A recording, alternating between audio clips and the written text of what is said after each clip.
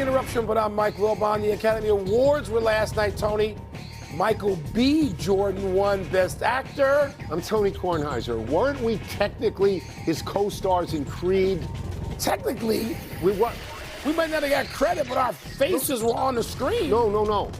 Not only do we get credit, I continue to get residuals from Creed and Creed There we go. 2. Pennies. So, Michael B. Jordan should thank us. You know what?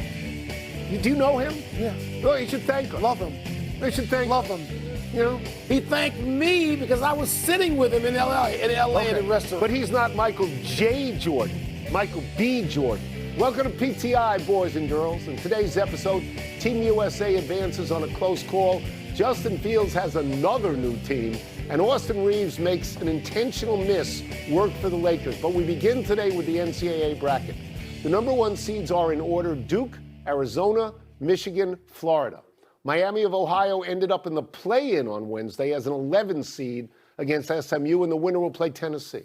The SEC has the most teams with 10. The Big Ten is next with 9. Wilbon, what is right and what is wrong with this bracket? I didn't really see anything wrong with the bracket. Good, more room for me.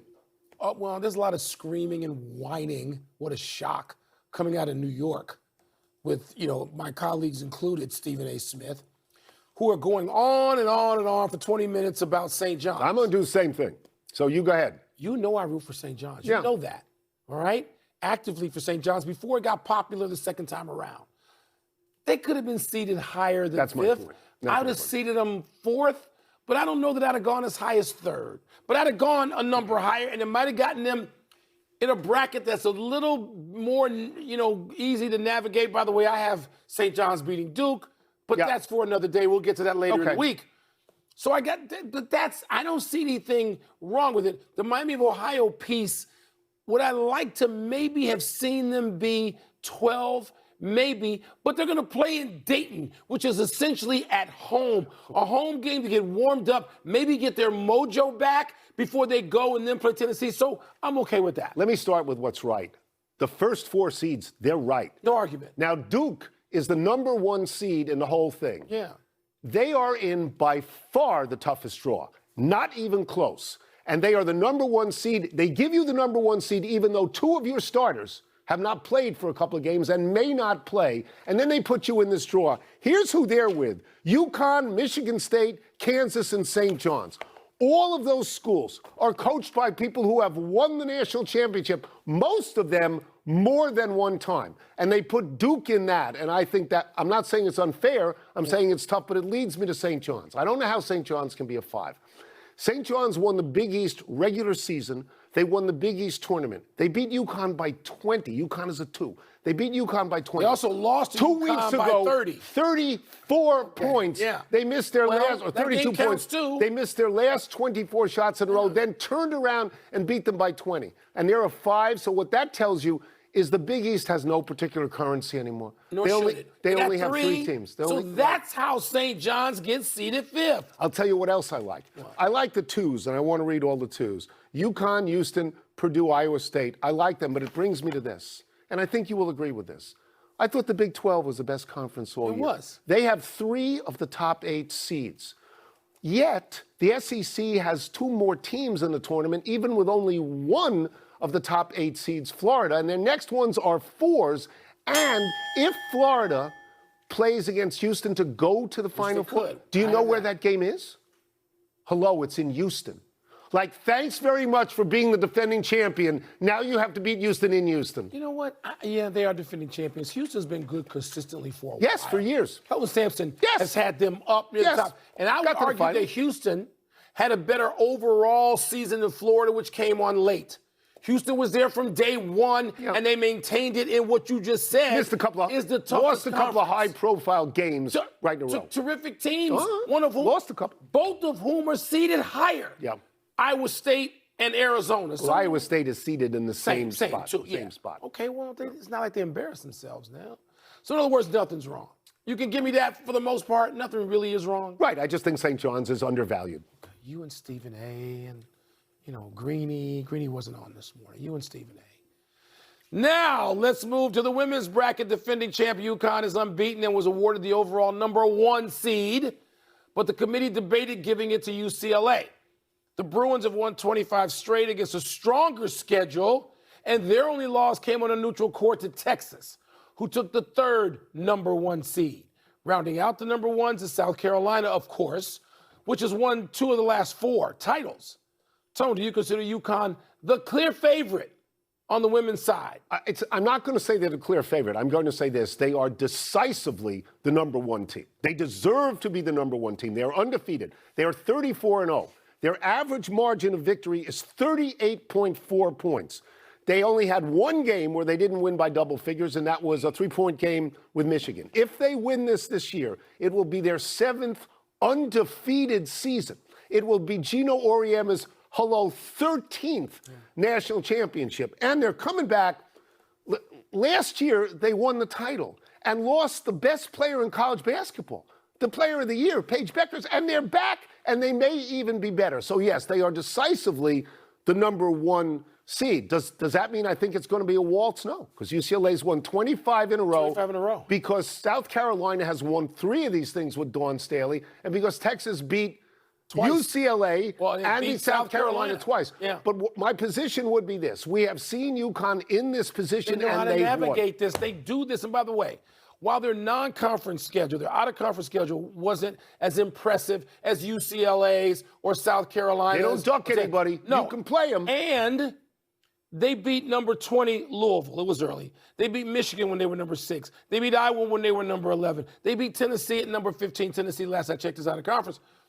So I'm not going to quibble with UConn's schedule as much as other people might be. And again, if there is any team in any sport currently that has a lifetime achievement Benefit of the doubt. it is UConn women's basketball. Yes, it is. It just is. Now, UConn, I mean, the Big East, again, week, is just UConn and Villanova.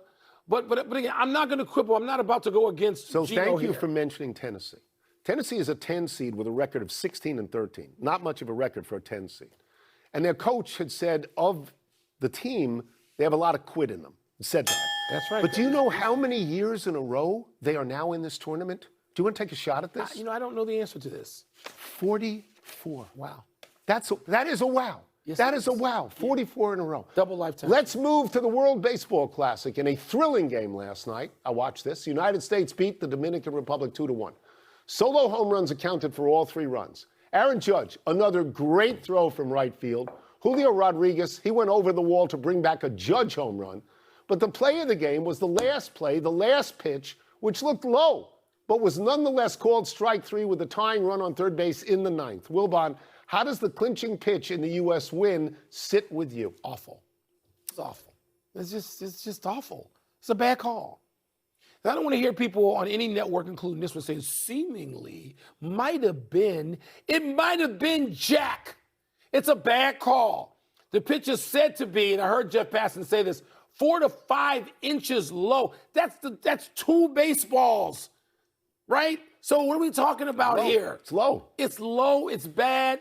I don't want to see a game that great end on that. Okay. Is there anything you can do? No. It's baseball. You can't blame the umpire. You can't say they brought this dude in from outer Mars. No, he's been a Major League Baseball umpire, was for 12 years. No, it's awful. By the way, it wasn't the only bad call. There were a couple. Both the win against the Dominican. So it's a bad call. It's a low pitch. Yeah. Okay, there's no question about that. Juan Soto had the same call against him earlier in the game. It bolsters the argument for automatic umpiring. But, and here's the big but, and I know you will agree with this.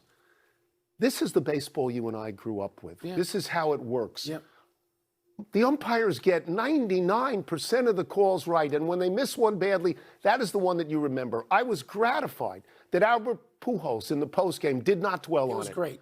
He was philosophical about baseball. Yep. Like you and I, this is baseball. This is the last time it's going to happen. The next time they play they'll all this be doing this. They'll all the be next time tapping. they play this thing, Tapping. that's right. They're going to have robotic umpires, and Major League Baseball is going to have them. And what would happen is the DR would say, no, we challenge, they would win. They'd have first and third with Tatis coming up, which is changes. But they already left too many men on base. They left 2 men on base. They had 2 men on base and nobody out in the previous inning, and they couldn't push anybody in. They had runners in scoring position. They left. Yes, it's a great tournament, isn't it? Yes. Oh, it's a great tournament. Yeah, it is. By the way, Japan going out. I watched that game live, and to see Shohei not come through, you know what it's Even though he hit a previous home run. How many are you supposed to hit? But you know what? You know what it's almost like? I can't believe I'm going to say this. It's almost like watching 23 in red miss the last shot, which I know he famously says, honestly, I missed more of them than I made, even though we don't believe that because he hit so many. You think Shohei's going to go deep. Now, I know there's a multiple run lead. He's not going to tie it. It's not going to change the game necessarily. But to see Shohei weakly pop out to the second baseman or shortstop, that was a stunner. They pay the pitchers, too. I know. All right. Let me just say, I want to give DeRosa credit for one thing, because he got slammed all week for not knowing that we were not technically in the quarterfinals. He made a lineup change last night that really worked. He saw in the analytics that Gunnar Henderson has a great night most of the time against Luis Severino. Yeah. He put him in at third base, and in the top of the third or the top of fourth, one of those innings, boom, Henderson took him out and was 1-1. So give him credit for that. Let's take a break. Coming up, did Cam Young win the Players, or did someone else lose it? You got to see that story. We got him. Austin Reaves misses a free throw intentionally, got the Lakers to OT. You got to do that story. I watched that whole golf, didn't you? You know I did. He's your boy. Yes, he is. Northwest, 1 year? Yes. 1 year at Northwest. Not like Luke Donald. One and done. Luke Donald won an NCAA championship. So there you go. He did. And a couple of Ryder Cups. It is time to check in with the checkered masses. I put on my glasses to see what's first. Here we go. Really? Did Cam Young win the Players, or did Matt Fitzpatrick lose it? Cam won the Players. Now, you know. With who won it. Let me tell you who lost it. Ludwig Oberg lost it. Yeah. Okay? He went in the water twice quicker than you can say Shane Lowry. Yeah. So he lost it. Yeah. Matty Fitzpatrick had an unfortunate ending of his tee shot on 18. He ends up in the straw. Into the straw. He climbs back to where he has an 8-foot putt to keep the thing going. Overtime. And he just missed it. So he had a real chance there. He did. But Cam Young won it. He won. He won it with a birdie on 17. That's the shot. He won it, yes. He won. That ties Matt Fitzpatrick. Yes. 18 is the toughest hole. So many people bogeyed 18. So Cam Young, on a 460-yard hole, has a sand wedge in. Because he piped a drive 375. Yes. All right, so he's got a very easy, no-sweat par. Yep. He won the tournament on 17 and 18. 17. Matt Fitzpatrick contributed to his loss, but Cam Young won the tournament. He did, Tony. 375. Look, when you hit the greatest drive ever on that hole. Ever. You've played there, right? Yes. Is it the hardest, scariest hole you've ever played? It's a very tough hole. Okay, I'm still in a bad I'd be happy with an 8. It's my guy, Matty Fitz. I understand. How impressed were you with Austin Reaves intentionally missing that free throw? Okay. That was great on Austin Reaves' part. He threw this ball at the rim at about 80 miles an hour. Front rim, not back rim. Front rim. Gathered the ball up and made the tying basket. Yeah. All right, now Denver needs to be blamed for this. They did not see this coming in the correct way. They did not orchestrate this correctly. They could have put another guy on the line to block out Reaves, and they didn't do that. Now I'm going to go further afield here. Okay. You sit on the show and you constantly say, I don't want to talk about the Lakers stink. Right. And you constantly say, Luka Doncic stinks. No. He doesn't play any defense. I don't want He plays one side of the basketball. I don't want to talk about the Lakers. You want to talk Lakers now? Here, let me just say this. Okay. You say you want to talk Thunder, you want to talk T-Wolves, you want to talk Rockets, you want to talk Nuggets, you want to talk Spurs every day. Not today. Spurs every day. Lakers. Okay. The Lakers right now are third in the conference. They have won 5 in a row, 8 out of 10. You like apples? How about them apples? Listen. They have done a hell of a job. I got a number. Lately, they've done a hell of a job. Whether it's sustainable or not isn't even important today. Now, you've drawn yourself. You know how when the defense opens up the door Now you're going to talk Lakers every day. No, I'm not. No, you open the No, I'm door. not. But you You're just going to think talk they every day. stink. No. What I say is Luka Doncic will not appear in the top 3 on my MVP list until Top he 3? actually plays some defense. Admit now that you don't want to talk about the Lakers. Admit all right, it. now I do. You open the now? door, counselor. Okay. So, okay. Yeah, now you did Hamilton Burger. I was You going to say, opened the am I door. Hamilton Berg or you're Raymond Berg? But here's the deal. On the free throw, we all been doing this since the playground. Yes. And it was great that Austin Reaves admitted it. We usually try to hit the back rim. Austin Reaves smarter Bang, than that. front rim, Austin bang. was a to the really right side, smart the kid. left-hand side, so he can go Front back up. rim, so you got a chance. And by the way, how about the fact they let Joker run himself under the basket, the ball bounces A correct. real mistake strategically And then, by the Denver. way, Luka right? does what Luka does. He hits the shot. Don't ask him to prevent anybody else's shot, but he'll hit the shot. That's enough email. People who watch this show know how you feel. Yeah. Let's take one last break. Still to come, Justin Fields, your former boy, joins his 4th team Still in love him. 4 years. Still love him. More bad news for Austin Matthews and the Leafs. What could be worse than that? Austin Matthews writhing on the ground. Did his teammates come to help? Did they beat up the guy who knocked him out? I think was it late in the game and they couldn't do 1970s style Bob Pro